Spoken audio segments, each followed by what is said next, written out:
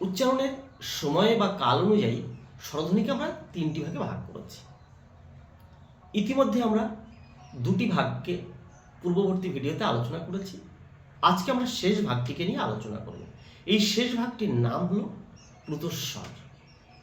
প্লুত কথাটির অর্থ বুঝতে পারলেই এই বিষয়টি আমাদের কাছে পরিষ্কার হয়ে যাবে। প্লুত কথার অর্থ হলো টেনে টেনে উচ্চারণ করা বা টেনে উচ্চারণ করা। আমরা কোনো স্বরধ্বনিকে যখন টেনে উচ্চারণ করি তখন সেই স্বরধ্বনিকে বলা হয় প্লুত স্বরধ্বনি। কখনো আমরা কাউকে ডাকার জন্য, গান গাওয়ার সময় বা কান্নার সময় সাধারণত এমন করে থাকি। যেমন বাবু, এই যে উ বলে টানা হচ্ছে, এটাই হলো প্লুতস্বর।